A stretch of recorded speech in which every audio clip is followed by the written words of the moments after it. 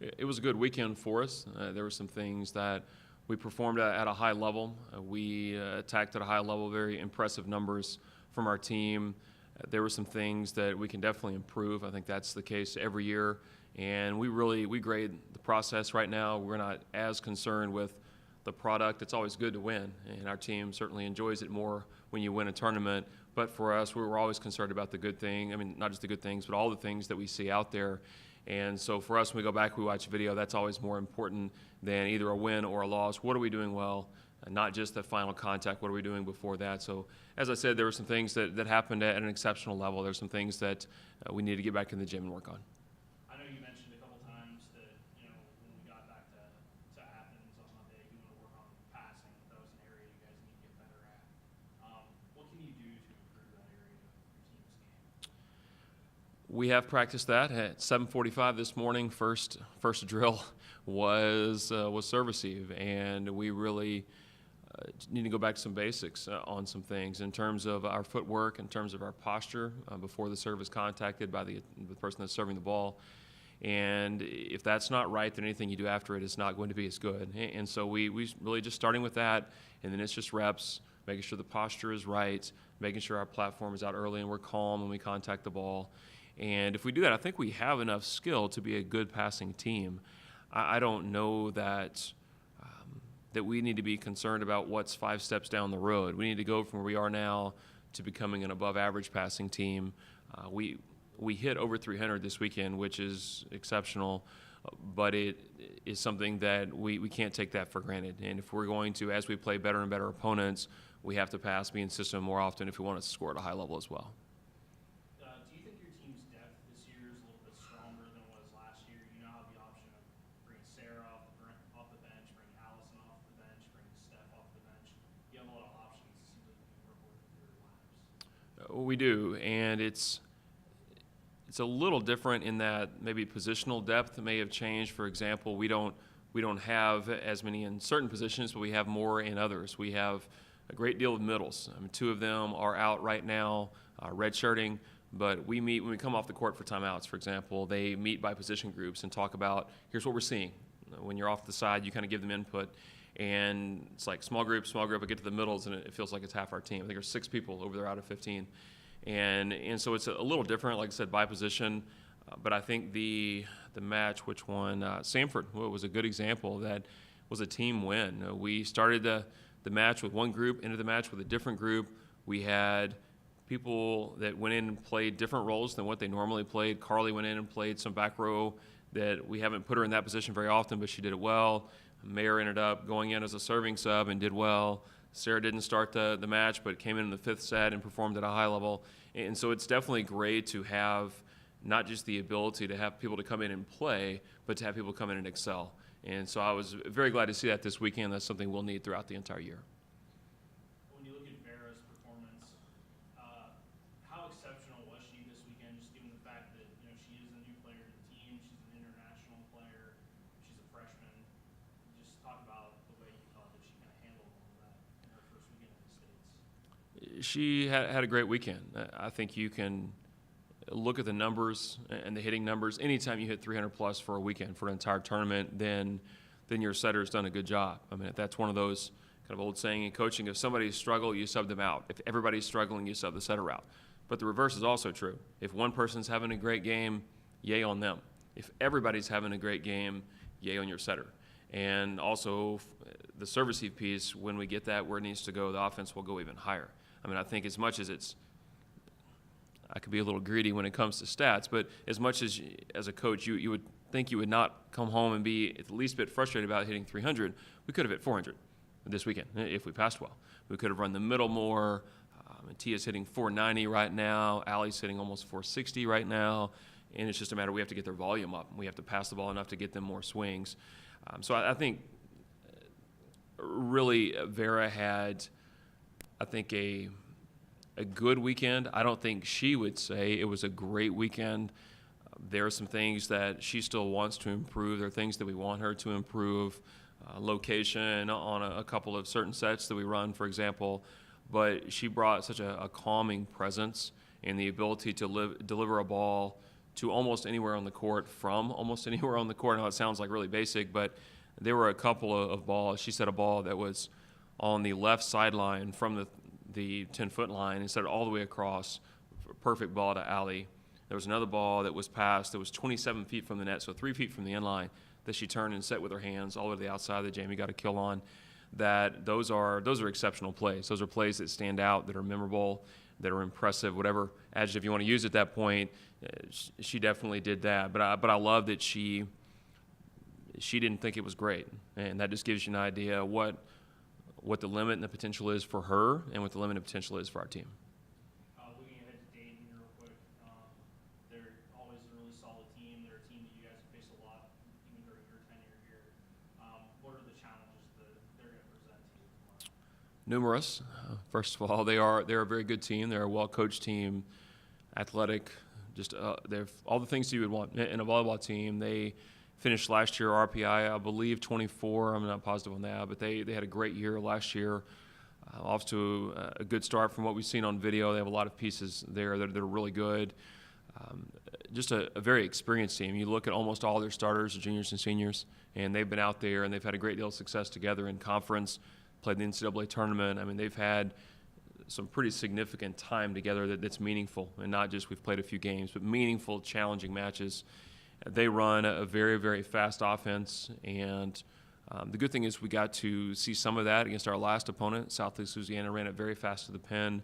What's different with Dayton is they're just much larger, and so they're running it at that tempo, but setting it to kids that are 6'2", and with a setter who is exceptional. Their setter, some of the better hands and better location of most setters that we're going to play. So we know that we will have to serve aggressively to get them out of the system, and our defense just has to be playing at a very high level to be able to slow them down.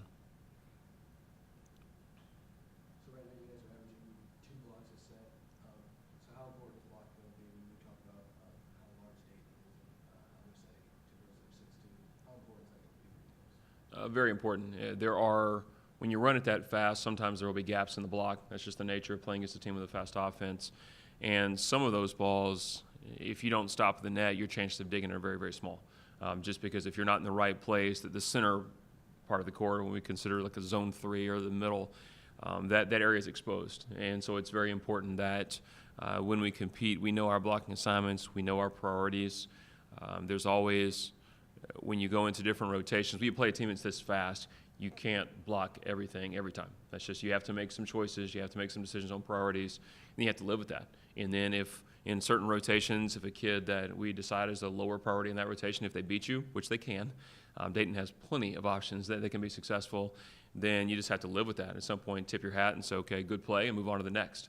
That's the great thing about volleyball, as opposed to a soccer or a football or some sports where one score can radically change the game. It can be the best kill ever, and it can bounce and hit the ground and go into the stands somewhere, and it's exactly 1 point, and then move on to the next one. It's not like, I think soccer, I played that growing up, and watching our team play. Sometimes you can dominate a game, and I was watching a game a couple weeks ago that we dominated the first half. I mean, we had the ball on their end the whole time, and then we get to halftime, and it's 0-0. And that's just the nature of certain sports are like that, but ours isn't. And so one play, no matter how good it is, we move on to the next one. Again, tip your hat to the other side and go from there. You already talked about Vera a little bit. Can you talk about Tia and what she performed over the weekend and just what you thought of that as well? Well, she hit at a high percentage, first of all. She is a gifted athlete, and she'll be more athletic than a lot of kids she plays across the net from this year, and so that will be a real benefit for her. I think the challenge for her is just the nuances, just learning all the things that it has to happen to play at a high level. And I think it's very interesting sometimes watching Vera and Tia play next to each other, because Vera is coming in, even though she's only a freshman, comes in with an incredible amount of experience and knowledge of the game. And so she's thinking the game at an entirely different level than Tia is thinking the game, because Tia just hasn't played at that level yet. She didn't play open level since she was 12 years old. She came to the sport late, and she was very successful, but she just doesn't have those years of experience playing against the best kids in the country. And so she's learning, and she's learning very, very quickly. And it's up to all of us. It's up to the setter that's right next to her. It's up to other teammates, other middles particularly they're trying to teach. It's up to us as coaches. to allow her to maximize her gifts, because what we ask all of our players is just to reach your potential. And hers is really high because she's touching over 10.6 as a freshman, and she's just now starting to lift weights for the first time in her life. And so, I mean, down the road, she's going to get more athletic, and she's going to learn, and her potential will go up. And it's up to us to make sure that she puts in the work, but also she has that hunger of not just, oh, I'm hitting at a high percentage now, but what can I do to get myself more swings? What can I do to help my team more? And she's growing, she's learning. She's maybe defensively, that's where she's improved the most so far. Tia, I'm sure will see this and not be happy when I say this, but her blocking before she got here, we'll just say there were some challenges that were presented, and she knew that. And she has come in and embraced what we're asking her to do and has improved. So if I'd said one thing that was most impressive about her this weekend is that she's averaging almost 1.4 blocks per set. And if she continues to grow in that side of the game, she's going to have a great year. And I know you talked to Mike about it after the game, but you guys go 2 sweeps and then a 5-set match. How important was that 5-set match just as far as not only experience to get to Dayton, but just for the entire season and kind of like learning something from your team?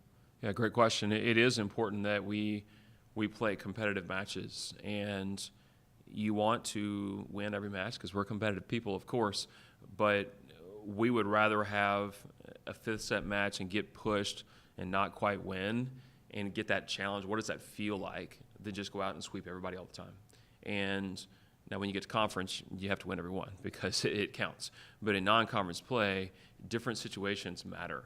And so we got all of what we wanted from a competitive standpoint, and additionally we got the win. So really, I love that we got to that 5th set, and it was our best set. We hit, I believe, 450 in that set. Our opponents hit 150. So it was our best offensive set. It was our best defensive set, and we were the aggressor. And that's what I loved about that set is we had 12 kills. Out of our 15 points, 12 of them were kills on our side. And it's not just, the other team hit a bunch of balls out of bounds or missed serves. We raised our level, and that was a decision. And some kids who had struggled. Jamie had, I think, a good weekend, but she had a poor match against Sanford. And she'd be the first one to say that. But once we got to the 5th set, she passed well, she attacked well, she served well. All the things that we needed from a senior captain, they came out when the moment was the biggest. And that's something for her to file away, for the team to file away, that even if we weren't great all night, we were great when it mattered, and that's something we can all take away from the weekend. I got one last question for you. With a long road trip to open the season, turn around, play a match on Tuesday, how much will you rely on your seniors and your upperclassmen to kind of lead the younger players just because it's the first week of school, there's a lot of distraction going on? It'll definitely be important. It is. I'm trying to think if there's any other that would be close. It really is by far the most challenging turnaround because it's not just a trip that we're 3 hours away. We're in Alabama Saturday evening, and we fly back, we get home, so we get back to school early Sunday morning, and then we turn around on Monday. We practice this morning. We have morning practices this year, and so we're in the gym at 7:30, and then we get on a bus this afternoon, and it's the first day of school. I mean, there's just so many different things that are in there, and that's part of what makes you tougher as a team. And it's one of those things, you don't want to go too far.